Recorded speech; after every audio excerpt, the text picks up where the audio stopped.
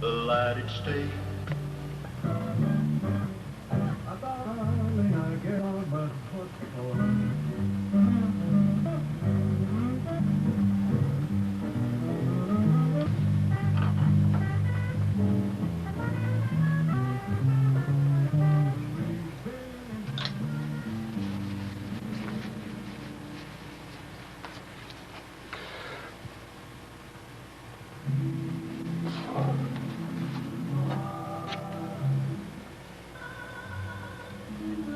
Now this is pretty much our prop collection for the K&B Ford, and you think we spent a lot of time and energy and money to figure this out? You're right. But one of the things we do now is we don't have to take somebody else's word for the right prop. We know, I know, and what's going to work for me, and that's the information I want to be able to pass on to all the new people using that motor. And when you don't do the testing, you're at the mercy of somebody that basically probably didn't do the testing either, giving you their advice or trying to sell you something that they sell or whatever. By having all these props in our inventory, it allows us another thing. We get to the field, like for instance when Rudy Ryback, originally somebody else is flying a Brodak Cardinal with that motor, we can loan them our props and we can pass on our expertise.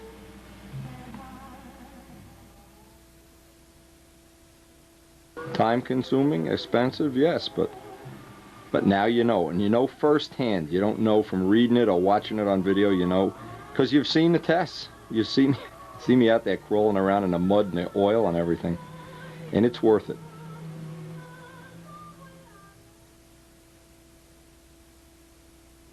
Now I opened up the mail. Let me tell you, not many things make me want to cry, but I helped Bill draw some Valkyrie plans, Bill Hummel of course, and he sent me this framed copy of the picture. And I'll tell you, this is Harold. This is the plane I flew at the 62 Nats. This is Harold's latest, the last version of the Valkyrie before he passed away. In a frame with a matching, look at this, pro thing with the hanger on the back and everything. Bill, this'll go in a place of, believe me, hey, the memories I have of Harold, and believe me, it's not like you can explain it to somebody. If they don't know, they never will know. Anyway, this is going in a place of honor in the shop. I'll tell you, one of the things I really treasure in my shop is whenever I walk around, of course, I have pictures and memories of every possible Spitfire in the world, and I love adding to that collection memories of all the old Walker fly-offs that I've been lucky enough to be in, but this will be a treasure, Bill. Thank you very much.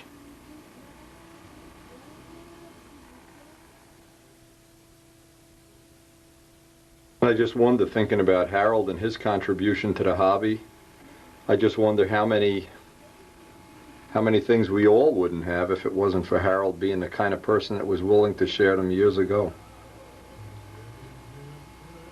Now, the first part of this test involved a trip down to Randolph Dope to get some samples and get some what I'll call color chips, for lack of a better word.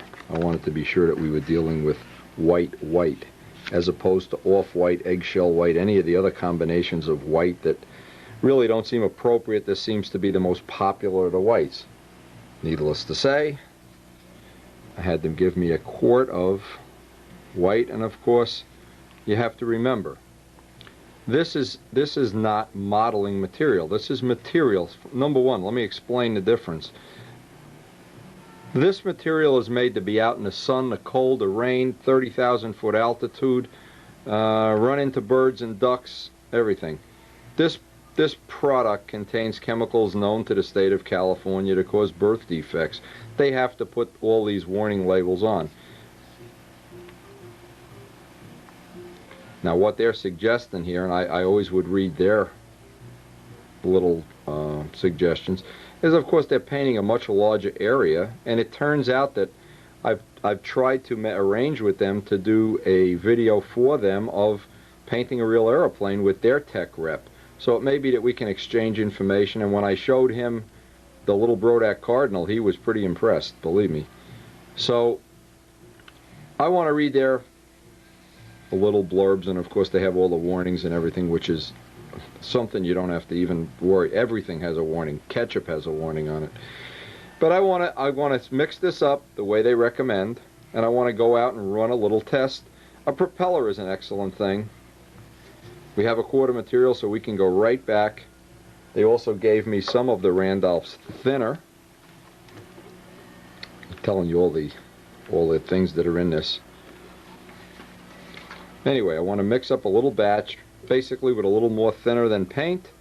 Go out, paint something. See, the real thing is here is you can put anything you want on a label, and you can make any statements you want. You can do anything you want. This is a free country. The problem is you have to eventually take it out into the real world, where the real world always has a way of rearing its ugly head in this program. And we want to see if this material is really going to be appropriate, or if we're going to need to add some pigment to it, add no pigment to it, add Flexol agent, fisheye kill, whatever we're going to need. It looks like this will be the first of the legitimate tests. See, Randolph was nice enough to give me their whole, especially if I'm going to do a video for them. They make a lot of specialty materials. They don't only make dope. And having this material in hand, and having the choices, this is something I'm going to want to read, especially the repairs part.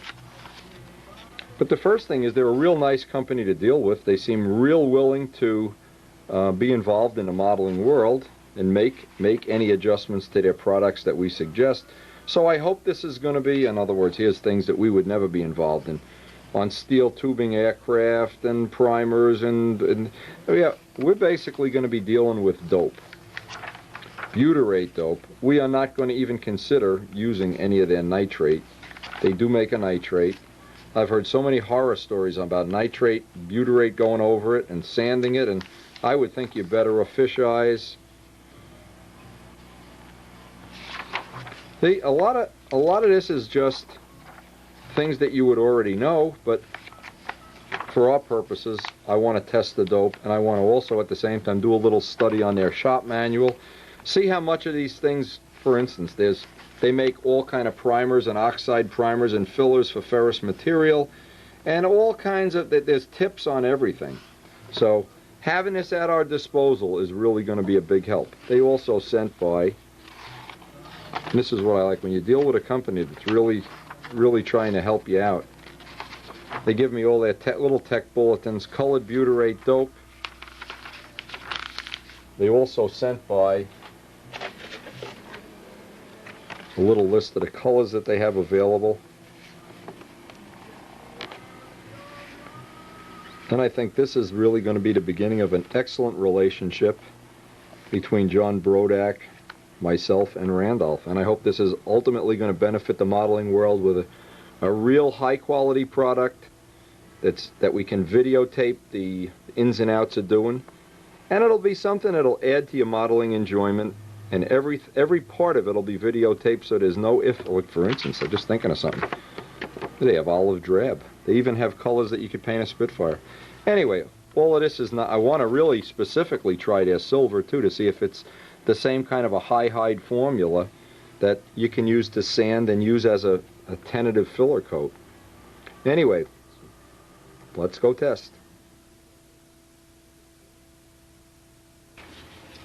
Now, before we start any test, to make it legitimate, I want to run at least a couple of gun loads of thinner through this gun. I want to really get it really crystal clear. This gun had black in it. I don't want to taint the test. The problem with all testing like this is it's all really something that takes time, it takes energy. This is something that I'll spend the better part of today making notes, and of course having a video to verify my conclusions.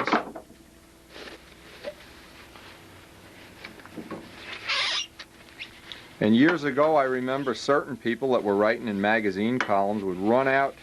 They'd never even do the real test. They'd do one little baby test, and whoa, the whole world has to change now. We discovered a new product. Yeah. Well, people were onto that like bugs on a rug.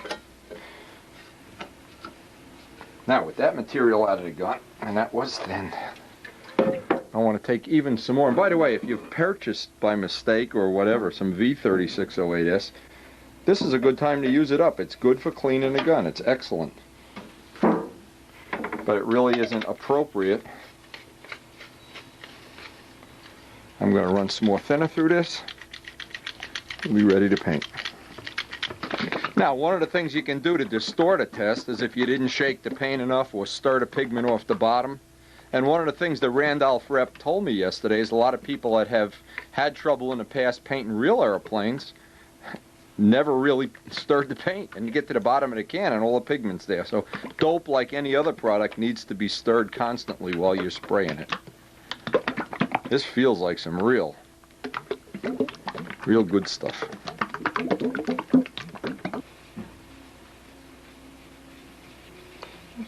And I'm sure that applies to no matter what. If you're using acrylic or other brands of dope, one of the things you can run into is not stirring it, not getting the pigment distributed in the paint evenly. There's a lot of little tricks that'll hurt the overall performance.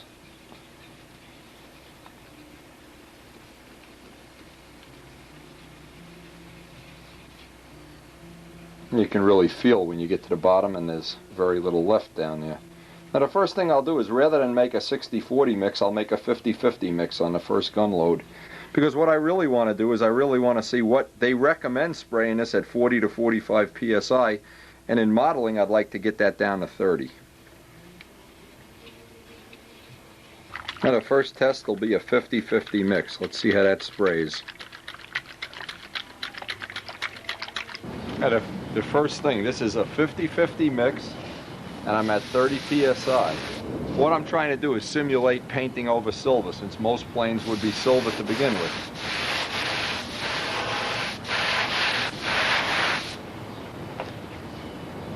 And I want to see how one coat kind of looks in the real world. That looks like it's real good at covering the silver. I want to try jacking the pressure up just a little bit before I paint the other side of this. It looks like at 50-50 we need a little more than 30 psi.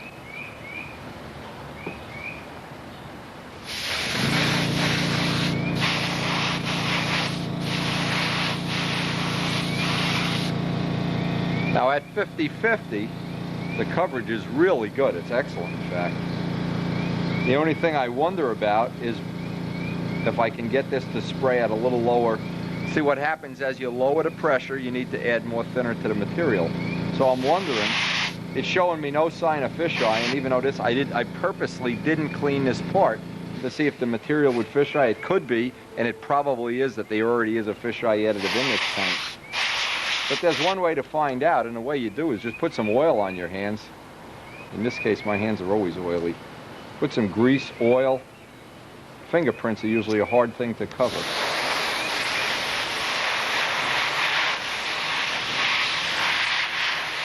Now, without even looking at the brochure, to me that looks like it's got a fisheye killer, fisheye additive already in the material. Now what I did, I took an old top flight prop, and this is a real one that's got a lot of flights on it. It's kind of oil soaked. What I want to do, I want to give this a test. Basically what I'm looking for is that it covers wood. See, because if you didn't paint the plane silver, when you paint the plane silver, that's our test with the aluminum. When you paint a plane that's really wood color, what you want to see is, well, that coverage looks pretty good to me. I'm kind of excited about this. Now, the real test is going to be, Ken Thompson is building an Oriental, and we're going to paint the plane in part or in total with this material. And that'll be a video dedicated to building an Oriental that Ken's working on. Simultaneously with this, we can do a real world finish. And what I'll do, I'll pass this on to John for his evaluation. That's really one coat of paint. And I don't think, from looking at this, that if you needed more pigment in the paint, you probably wouldn't need a lot, if any. This looks pretty good. I doubt that you can paint raw wood with other brands of paint with one coat like that. And you can see it on video. It isn't a jury rig test.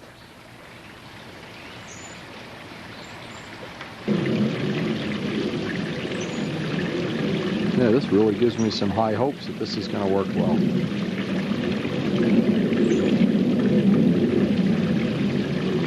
And you always want to candle down to see what the quality of the finish is. And it's a pretty good quality of finish right out of the can.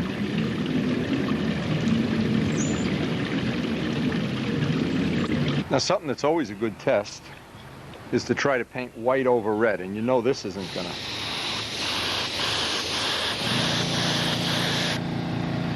And when you can paint white over red, like so, I think that's pretty encouraging. Red is always the hardest color to cover for some reason. Now one thing I was real impressed about, I gave that prop some time to dry, and it's got a reasonably nice gloss without even putting any clear on it.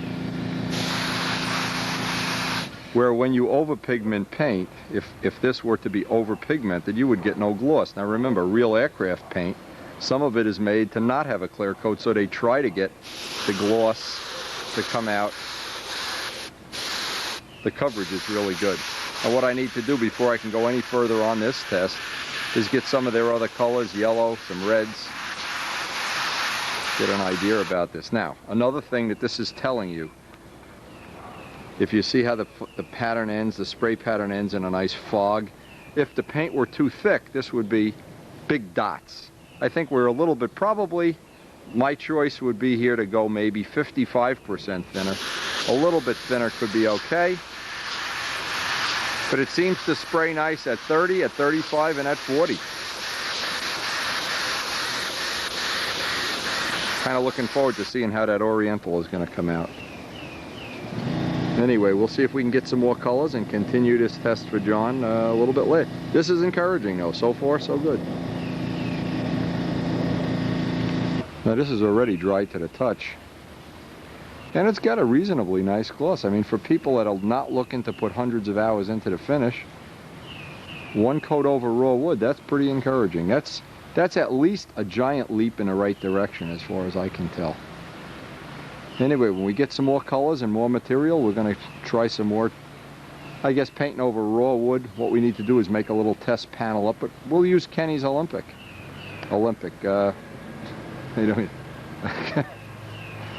Don't even know what plane I'm building anymore. Oriental. See, anything with oatmeal, I'm glad I know what I'm doing. I'd go to order oysters and get oatmeal instead. Anyway, a very encouraging first day with the Randolph dope.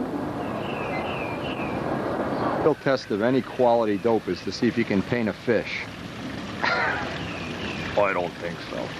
Anyway, these fish have been watching me out here for the last couple hours, wondering what the hell is he doing?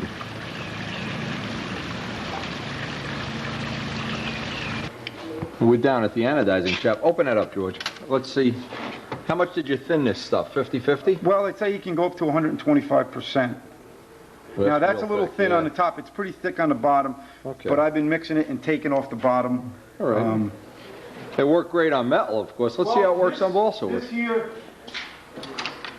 here is over balsa and plywood. How many coats? This is about 6 or 8 coats. Okay. Sanded in and between. you sanded in between, okay. Yeah. Now, What did the first coat cover pretty good, or? Yeah, well, the first coat was a little bit of Bondo. There were some spots that were Bondo, okay, and you got to go from Bondo to wood, yeah. Well, no, there was just different spots when I filled it in. Okay. Some I used spackle and some I used Bondo, and then I just sanded down, painted everything, and then just kept filling it in with... When you were telling me about this rocket, I thought it was going to be a lot bigger.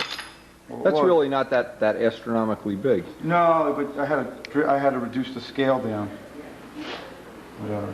It's getting started. Anywhere. All right. But it definitely covers real nice, huh? Well, actually...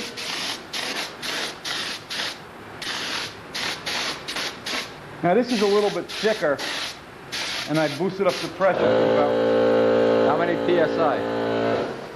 Boosted up the pressure to about close to 40. What's the minimum? That other thing down there, I was at about 25. Yeah, I like to spray at way under 25, but that's a whole nother ball game here. This is You don't care how heavy this is. That's Now the here- deal. Do one of those pieces of wood. Give it a decent amount, and let's see how many coats it takes to cover that up. Oh, you got a lot less pressure in there now. Yeah, you're under 20.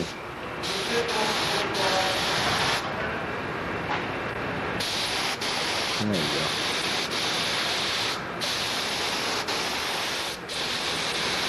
Now I was sanding this. Let it dry. I'll sand it out. See how many coats that's going to take. Now that's a compressor. Hey. The moo is back. Okay. Let me put it out in the sun for 5 minutes and I'll sand it. Put enough on it. It can, you know, get it good and wet. I'll wait 5 minutes and sand it out. Yeah. See, I wouldn't use this just for... Ah, today. And he's got 2 new fish in the tank here. All right, let's see it. Yes. I put a bottle of beer in that fish tank. Beer? Yeah, the fish didn't look too happy. So I didn't know they like beer. Well, I figured if I put it in the tank, I really have a choice. This is looking good. This is oriental body. All blended and sanded in.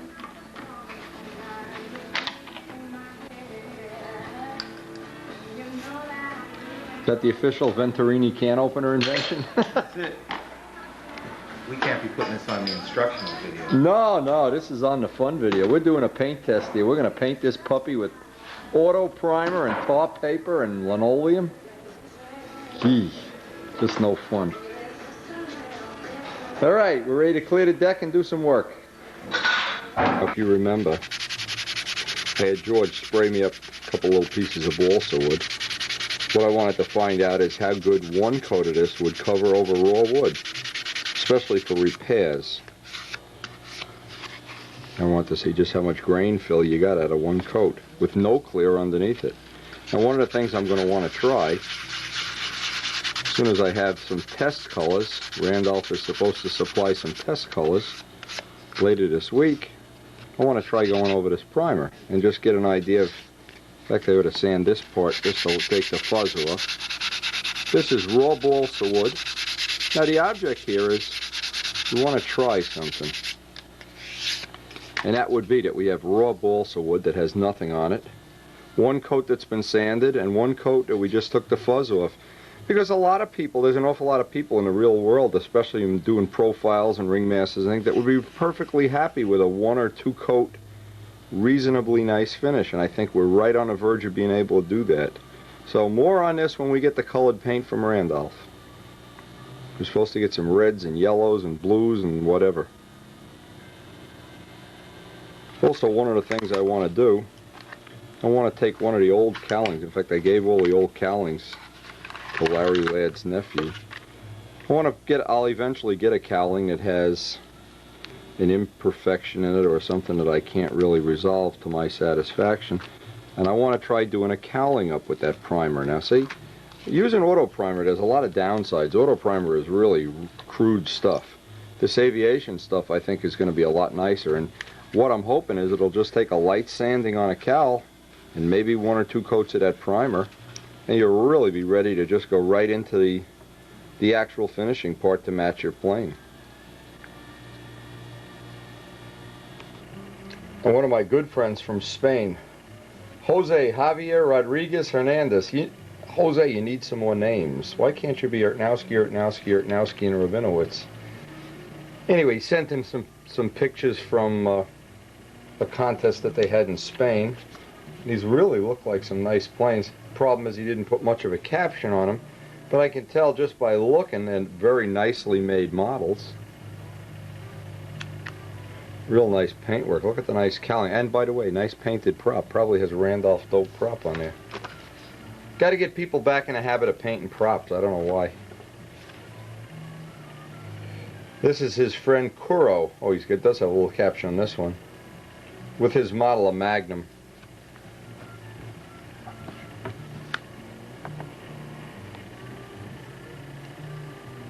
Now I'll let you read the caption on this picture. World Cup Valladolid 97 Spain. I guess that's one of their contests. Modeled by Delabre Serge, France. Super take apart. And this is the kind of picture I really like to see.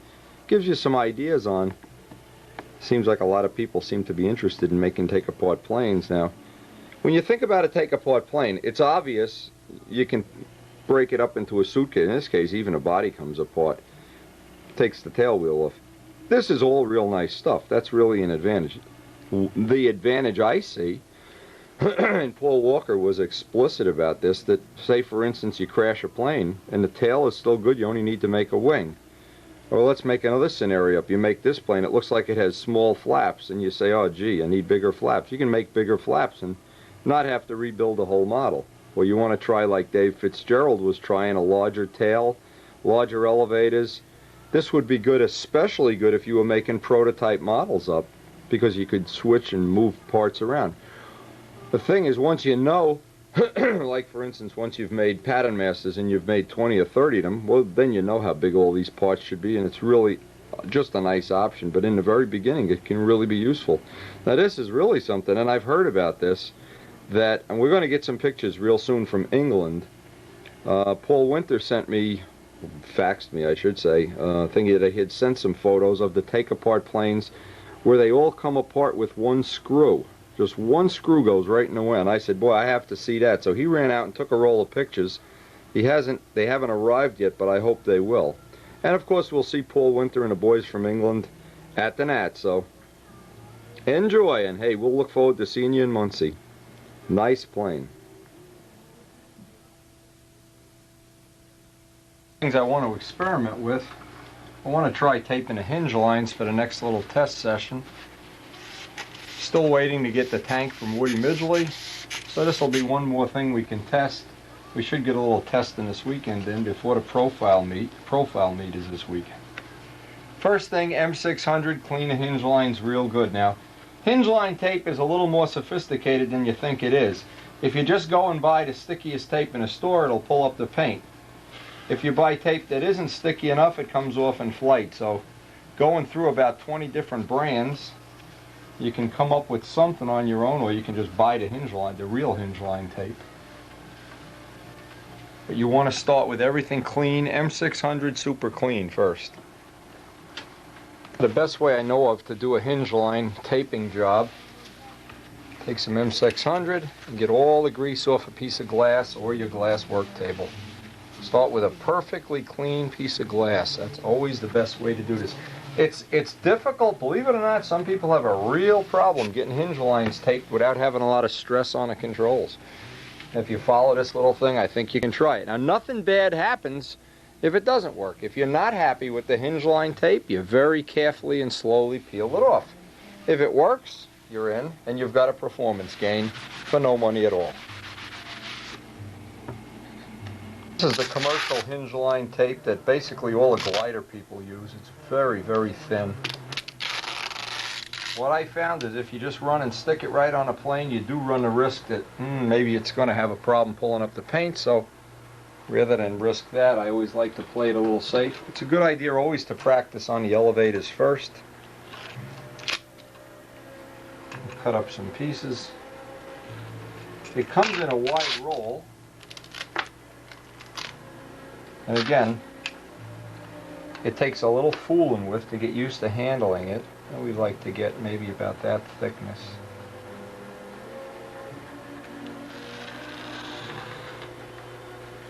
Now, Frank McMillan found some real good stuff that was on a roll that was real convenient to use, thinner, like Scotch tape, but unfortunately I don't have any more. And this stuff I know works really well. So we can do our test tomorrow, or the next day we get to go flying. The weather is always a problem, needless to say, this time of year. Now see what I did? I didn't score this all the way, and I should have.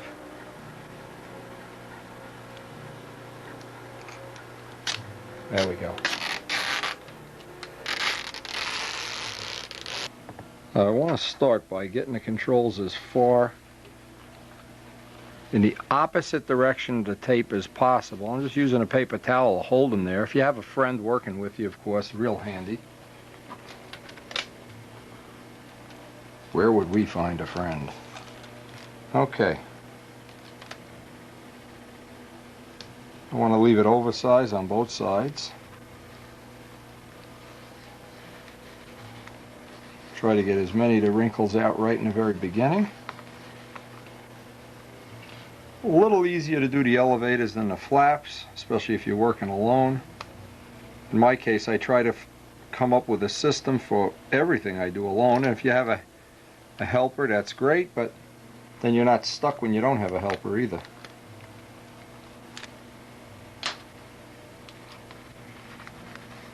And the tape is cheap enough, one roll will last a lifetime.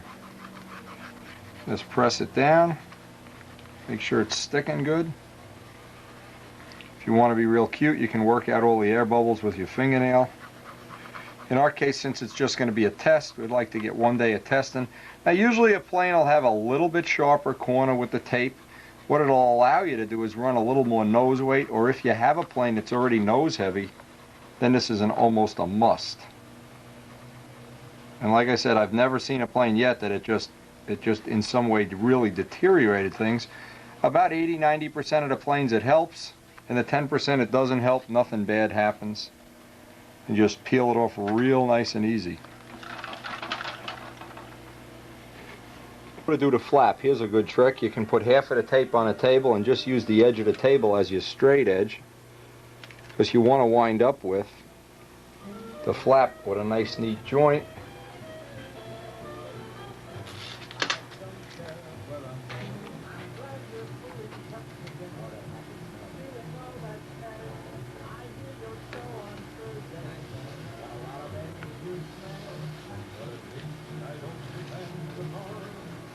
Now I have to cut around, kind of cut in around where the trim tab was.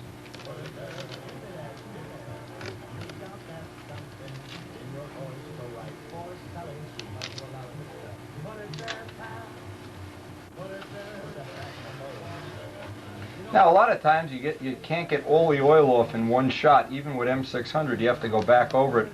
One of the things you really don't want to do, it'll work, but if you're really into high-risk areas, to wash it with alcohol. Alcohol can eat the paint. One of the ways, if you're real fussy and careful, you can get it to the rig is just the slightest bit damp. But again, you get into this high risk where if you miss, the other team gets a touchdown. Oh, my hands are getting so oily. Okay. Now we can put the trim tab back on. And it's been real handy during all this testing, having this trim tab, rather than trying to tweak flaps and bust the horn out of the wing.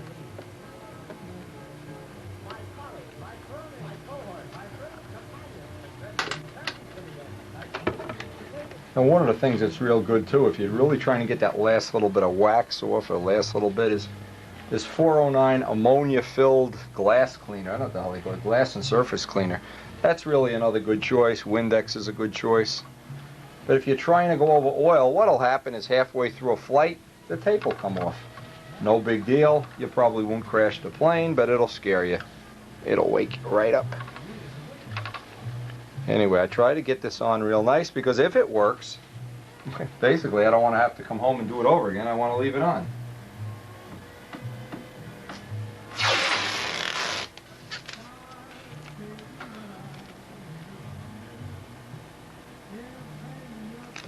And if it's possible you can get a helper to do this, hey, you're in like Flynn.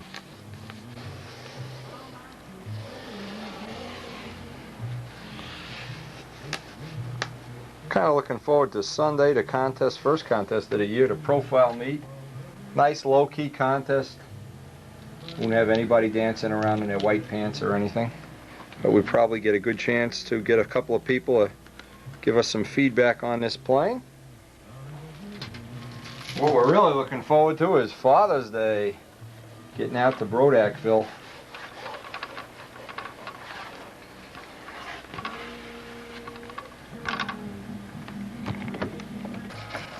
And you make sure the controls are all nice and free. And get this guy cleaned up and ready to go down the field.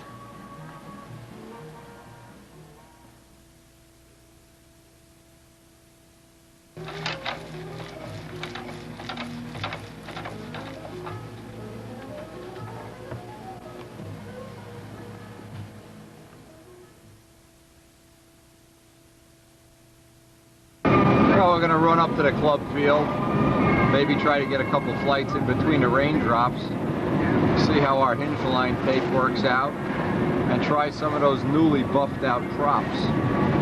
But the weather doesn't look promising. In fact, it looks terrible. I don't even know why we're going, but persistent, I guess.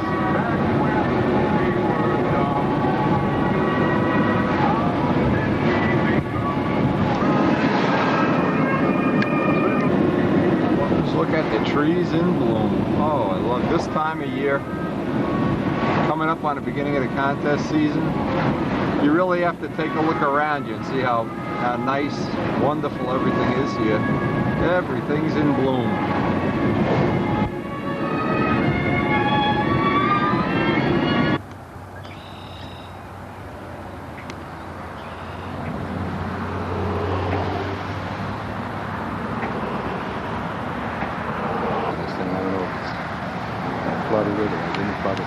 That's a powerful engine, though. That is really some. See how you can tell too? Look at this big house size of the Venturi when it's wide open. Yeah. That's made for. Well, it's a pretty big airplane. Horsepower. You know. This'll be okay. You put like a 14.6 on it. Yeah. Yeah. That's what it'll wind up with. Yeah. Yes, I got a 14.6, but somebody told me better to run it in. Yeah, break it in, and break it in without the muffler. Don't use the muffler when you break it in. Yeah. This traps heat in the motor. If you're going to run it, I mean, you're here, nobody's here. Nobody's going to care if you got the muffler on. Yeah. Break it in without the muffler on. That's always better. Even a Tiger 60. And another thing, too, you see how you got the hose clamp here? I mean, this clamp? Yeah. I had one of these one time with two of them on a bench, and I walked away. Oh, no, I don't walk away. I came back. Yeah, no, I'm telling you. I came back, and this was it was a thing away from turning into a jet plane. Yeah. You feel this? Yeah, that's good and solid. That's yeah. solid. I see they put a sign up here too. That's a good idea. Yeah. That's common. But Yeah, because these things vibrate. them and walk away. Yeah, and some kid will walk by and stick his nose in there or something. Yeah, always better to break it in without a muffler. That's you know, and if you have a little extra oil in the fuel, it won't hurt either. Is this a ring motor or an ABC? No, it's an ABC. Yeah, that is strictly made for horsepower. That is not.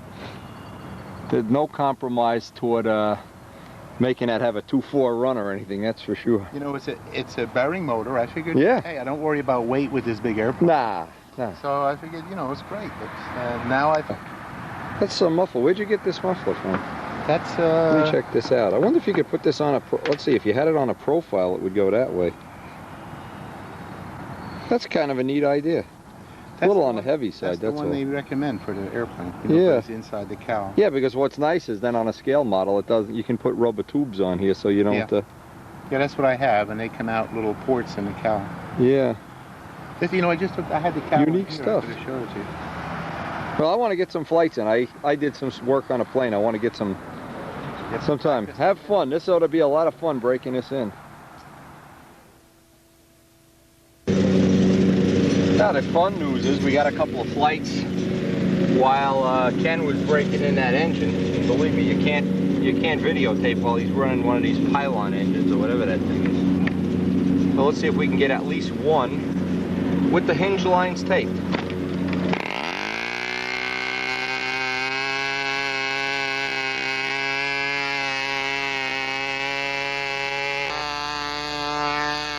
Now it just turned out to be the worst of all worlds. First off, it hasn't stopped raining. That makes testing pretty ridiculous. And what I'm trying to do, I did a couple little things I wanted to try. Mike Kajeski's here, he mowed the grass and was sitting here in the rain. Trying to keep the plane, you can see the water all over it. But I wanted to try a couple of things with the motor run just to see if it made any real difference. Running the tubing over the top to get rid of some of the little idiosyncrasies. I've been trying it with the air filter on, air filter off. What I think Bill Mazzoni's going to make me up is a couple of longer Venturis. I think that'll act as the same thing as an engine stabilizer. I've been shimming the tank up and down with very little result. It still runs. When some of the maneuvers are cleaned up, it hurts other ones. So I've tried to make a compromise point that's at least half usable. And you can see, of course, add insult to injury, my really #1 good prop. I try to make a real nice takeoff, and of course zinc, it's now a 10.6 or whatever the hell it is. So, but that's the way it goes in Rainville. Mike, if you break that prop, I want Mike to get a flight. And we're just, he said, I'll tell you what, while you're flying, I'll mow the grass. We got 2 more props, so before we run out of props, get out of the rain. It's always good to have a backup. I may need a backup. Don't you crash this plane. Brodak will sue you. I don't know, it's still raining.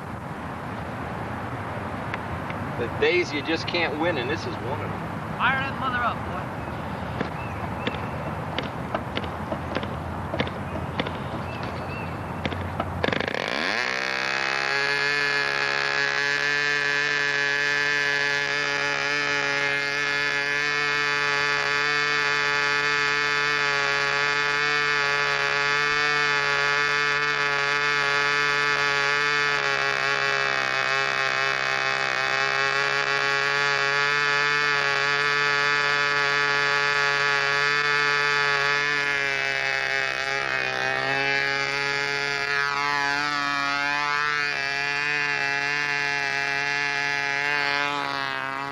Better not break the prop, Kajeski.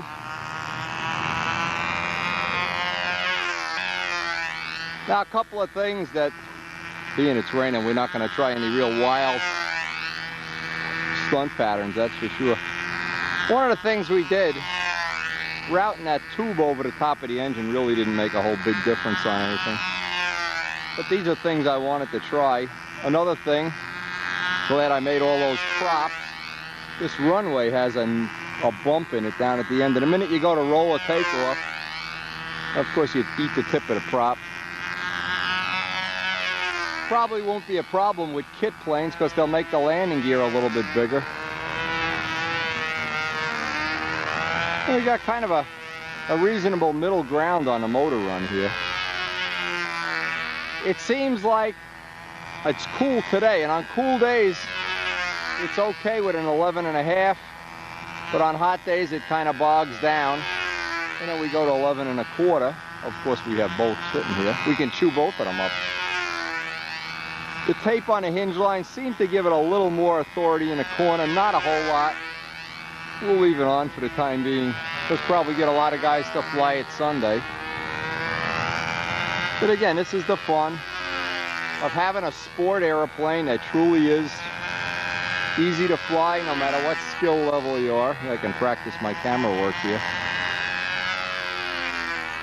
Motor's really, I guess, been behaving as good as we can expect. I don't know if you can hear the motor run here. But it's been reasonable. And we have so many things left to try. I mean, we're only scratching the door here. Scratching the fleas or whatever. And every time somebody gets to fly the plane, what happens is I get some feedback. Yeah, it's nice. Yeah, it's a piece of junk. Yeah, put a 60 in it or whatever. Everybody, I've had some really wild comments from the test pilots. We were hoping Larry Scarinzi and Tom Ham should be here today. They're smart enough not to come out in the rain, apparently. Anyway, one of the things I really have to say I really like about this plane is, tape or untape, it really has a good track in level flight. It's the kind of plane that when you're flying inverted flight, you can kind of just look the other way and look over to see if the judges are, you know, their fly is open or something. It's really a low maintenance plane to fly. So far we've been real lucky with the motor too. By the way, this is the guy that makes the Stooges, and if you want one of these Stooges, hey, they are the state of the art.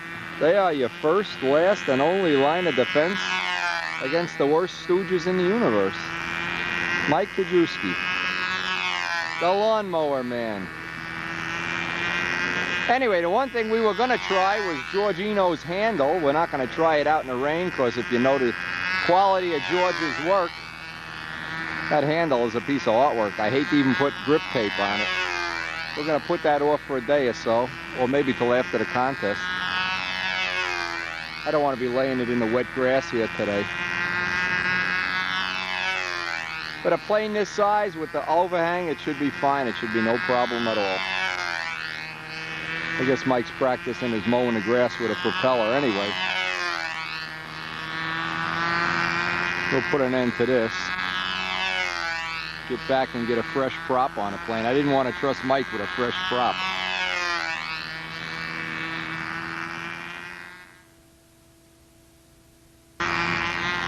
Well, at least he's doing some inverted flight. Now see, what would be good if we were making a movie about Lennon? Would this be the right guy to play Lennon or what? Check it out. Anyway, we hope he's going to make it out to Brodak's contest too. Coming up.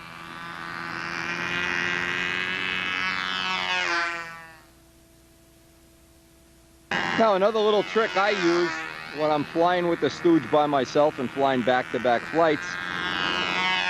ABC motors are traditionally not real happy about starting when they're red hot. And I'll usually come in, put the plane on the Stooge. I have a little bottle of water or alcohol, just put a little bit on the head of the motor. Alcohol is not a great idea because it blows back onto the wing and could hurt the paint if you put too much, but water is certainly okay. And just gives you a little head start on trying to get the motor started. Ring motors typically aren't that bad. This one is not crazy about starting hot. That's one of the only little idiosyncrasies of it.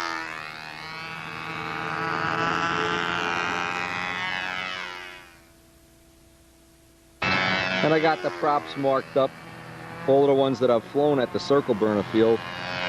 And it seems like, again, it's about 11 1/4. It's really the all-weather prop. Don't break my prop. You'll be in big trouble if you break that prop, Mike. Look at that landing. Oh, he broke the prop. I don't believe it. Well, what do you think? Well, it's no Cardinal, I'll tell you that. A piece of junk, huh? I bet you'd rather be riding that lawnmower right now. Mike. Now, at the end of the session, we really did get some flying. When I do the wipe down of the plane, what I want to check is that the hinge line tape hasn't come off, isn't loosening up on the elevators either.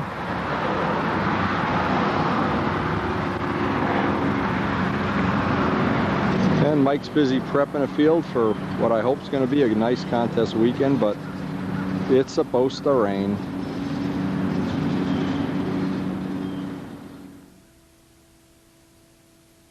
And the next time we get to do a little session, I want to basically just put the filter back on the bottom. I'll make up the tubing next time we're flying. I thought that would be some kind of a fine-tuning way of getting the fuel not to slosh one way or another, but it really is meaningless because by the end of the week, or maybe even next week, we're going to have a whole nother tank and a whole nother setup to test, and I hope Randy Holcroft muffler to test.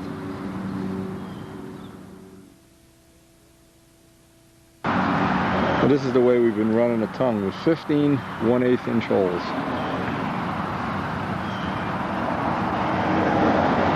I've got 5 of them plugged up, and that seemed to be a good compromise.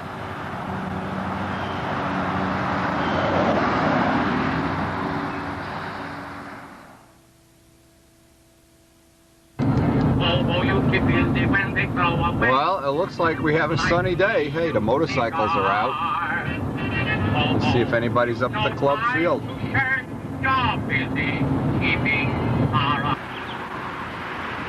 Now, if you don't think geese go to the bathroom, they go right in the middle of the circle every time. Every time.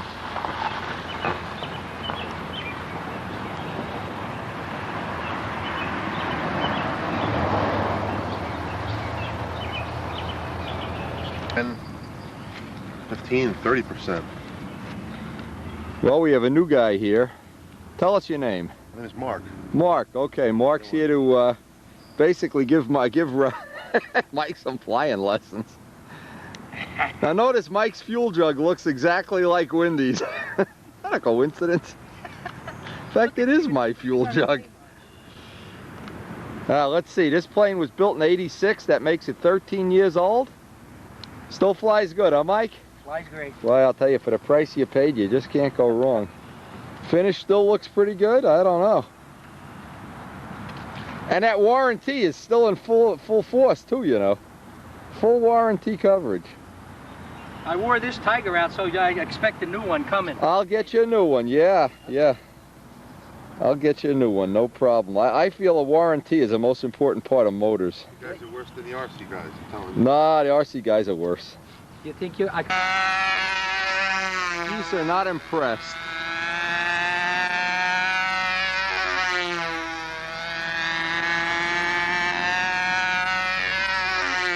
Now you find out how many 13-year-old models with 50 gallons a year. Look at them go. Oh, those bastards. Get out of here. They'll fly away. Pooping on my field.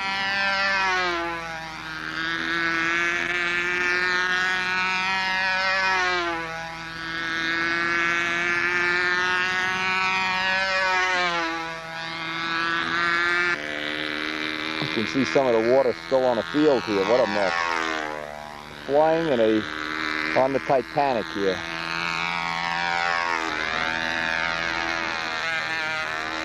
The motor still runs good after all these years. I can't believe it. Beautiful. Hey, Mike just picked up the flying part of this last year. This was like the first time he ever did. So I can't imagine that, you know, that it's that time consuming.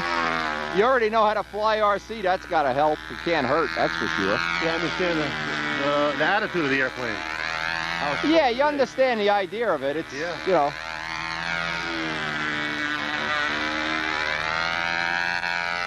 Old tradition, 13 years old. If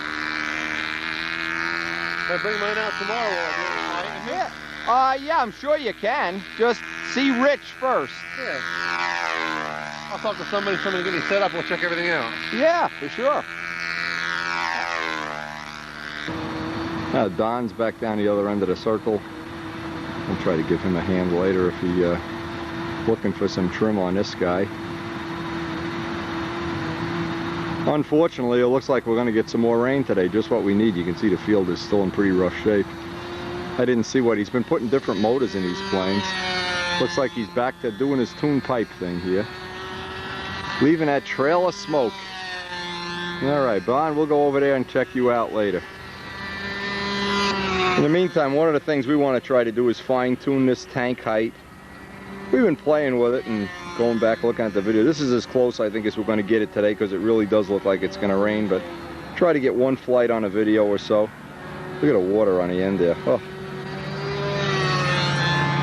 One thing that I'm really still not satisfied with is when I shim this tank, this is why I was playing with this tubing. When I shim the tank to where it runs the same in the beginning of the flight, sometimes at the end of the flight it'll tend to be a little different. There's still a couple of spots in the pattern where I wish I could get a harder 2/4 brake or a harder motor brake, whatever you want to call it. And I'm not so sure that once the contest is over and we can go back to experimenting, and when I get Dave Midgley's, his father is making a tank with a baffle, that may help a lot. So when you're trying to get a really all-perfect motor run, there's just so many things involved in it. And I'm sure we can get more out of these props. What I think is we're going to wind up with a little bit less diameter, ultimately, but again, we're going to find out, that's for sure.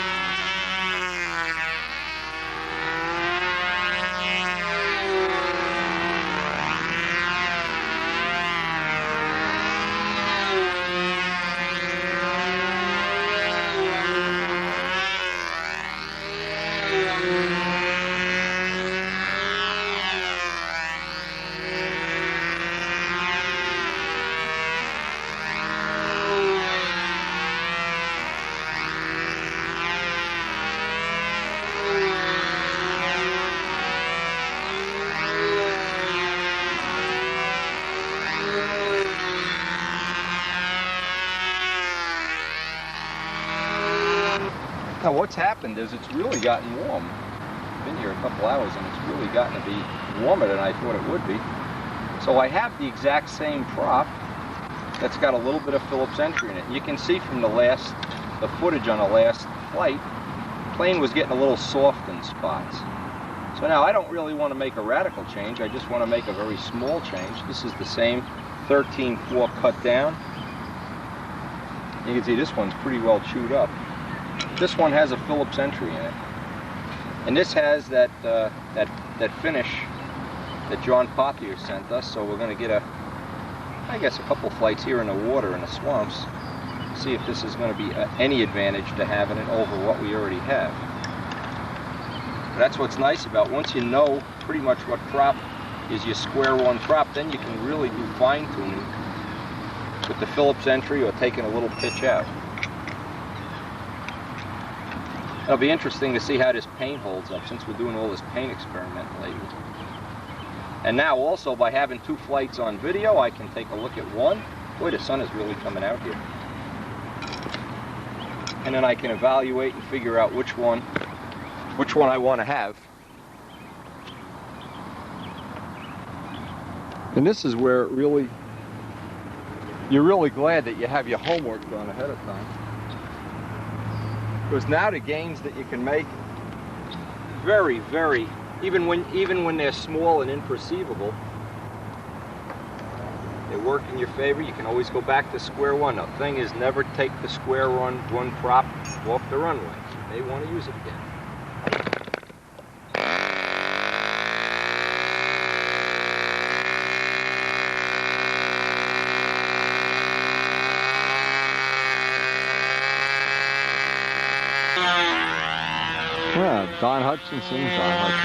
Don McGregor is out here with some kind of a warbird, profile warbird. Maybe we'll get a look at this tomorrow. Can't tell right now. It looks like a warbird. Can't even keep track of this thing. Has a nice sound too. Anyway, we'll go over there and see what he's up to later.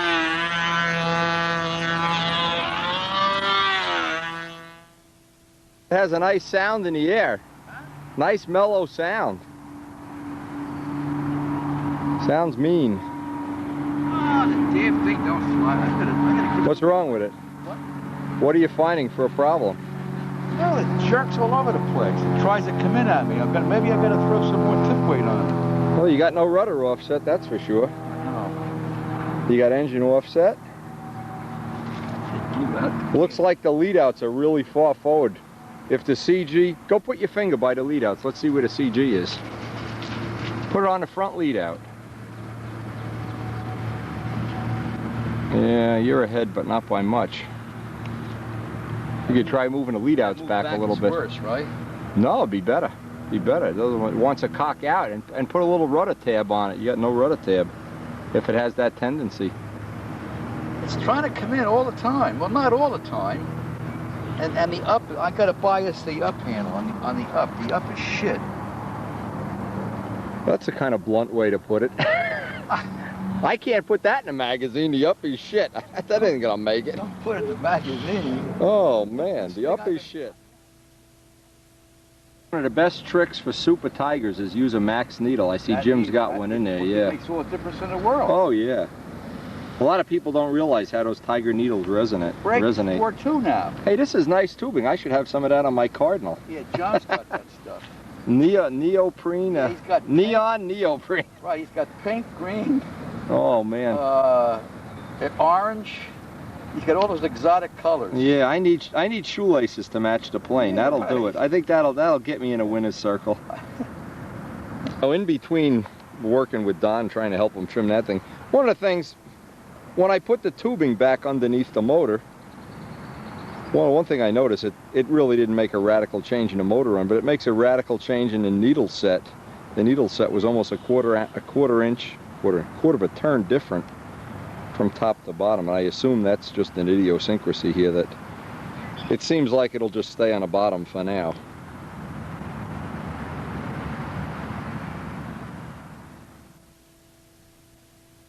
Now in this, the conditions are such that it doesn't even pay to shoot any more video, but the Phillips entry prop really was working a lot better than the no Phillips entry one under the conditions. And the conditions are, if you can see the trees are swirling in 8 different directions. No set pattern to which way the wind is blowing, which is very typical for this field. And under those conditions especially, that's when a Phillips entry prop really comes into its own. We'll try to get one more run on this, and then we have to go up to the garden center. There's an awful thing. I got 2 fish out in my pond that are really looking sick, and I need to get them some medicine. And conveniently enough, the pond store is right near Fairfield Gardens, is right near the field. Look at that water by the wingtip. I've been walking in that water all afternoon. Been walking out here in the water. Frogman.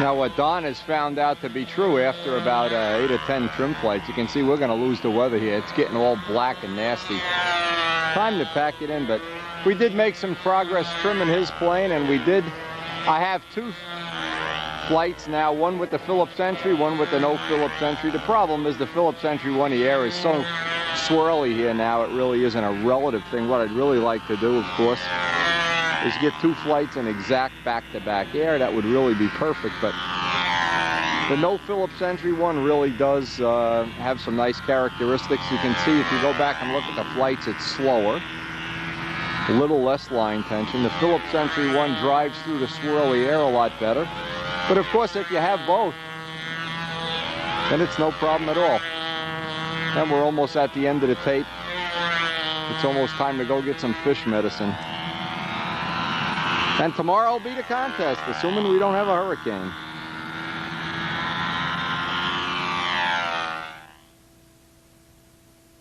Look at this, you can't even get into the parking lot at Fairfield Gardens. I can't believe it. Ah, somebody's getting out.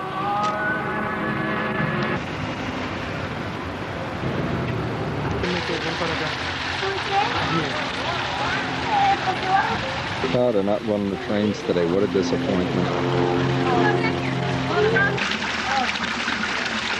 Got a whole tank of Bert and Ernie's here.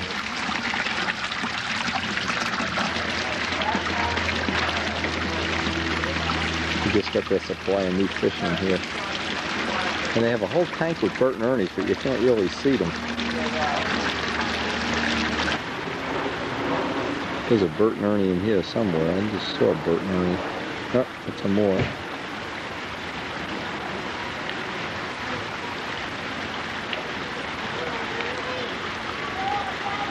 I feel like buying some more fish, but I know I have to treat these. I got 2 sick fish I got to work with today.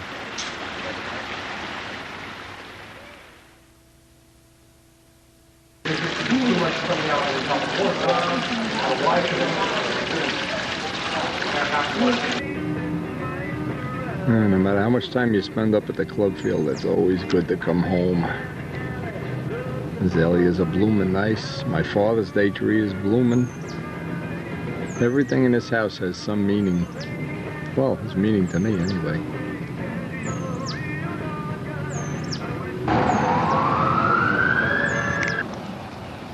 Home, E.T. Home. He's home. Everything's blooming. Pretty soon, starting next week, we're going to start doing our planting. I'm ready. Oh, no matter where you go, there's just no place like home after a good day of flying.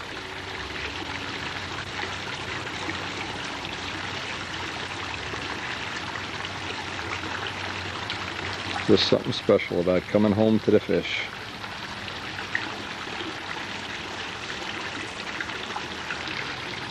See, they know I'm home, and what they're saying is, stop puttering around with that Cardinal, get over there and get us some food. We need some medicine too. I got 2 sick guys here. Anyway, thanks for joining us. Please share the tapes with your friends. All of this fun is just too much to be hoarded. Share it. Enjoy it. See you on the next tape.